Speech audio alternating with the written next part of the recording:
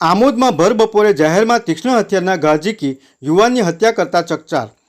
આમોદમાં મોહમ્મદ શાહ પીરની દરગાહવાળા રોડ ઉપર ST depot પાસે આજ રોજ ભર બપોરે 12 વાગે જાહેરમાં એક યુવાનની તીક્ષ્ણ હથિયારના ઘા મારી હત્યા કરવામાં આવતા ચકચાર મચી જવા પામી હતી। મૃતક યુવકને આમોદ સામૂહિક આરોગ્ય કેન્દ્ર ખાતે લાવી તેનું પોસ્ટમોર્ટમ કરવાની તજવીજ હાથ ધરવામાં આવી હતી। આમોદ પોલીસે તપાસનો ધમધમાટ શરૂ કરી હત્યારા યુવાનને ઝડપવા ચક્રો ગતિમાન કર્યા હતા।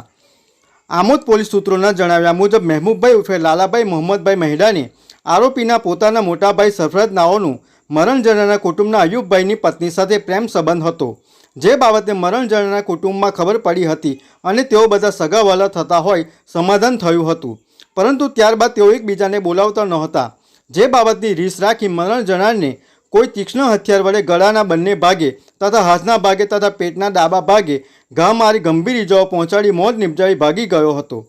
40 વર્ષીય પરિણીત યુવાનની ધોળા દિવસે હત્યા થઈ હોવાનું જાણવા મળતા સગા સંબંધી સહિત મોટી સંખ્યામાં લોકો આમોદ સામૂહિક આરોગ્ય કેન્દ્ર ખાતે દોડી આવ્યા હતા।